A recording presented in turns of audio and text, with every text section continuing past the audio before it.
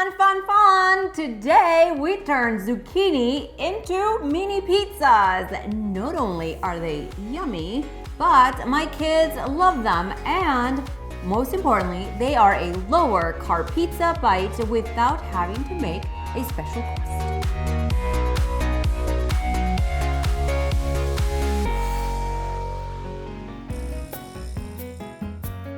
Check these out. Simple zucchini slices, perfectly cooked as a cheesy pizza crust. That's exactly what we're making today, and you can too at home in a matter of minutes.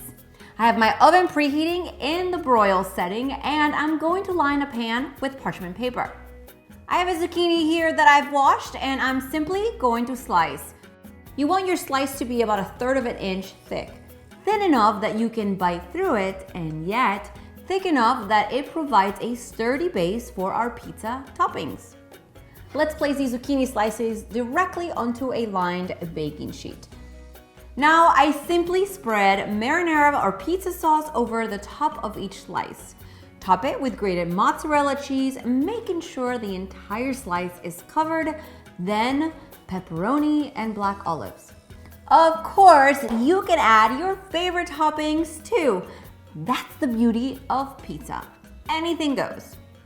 All you have to do is place the pan in the oven for 2 to 3 minutes until the cheese is melted.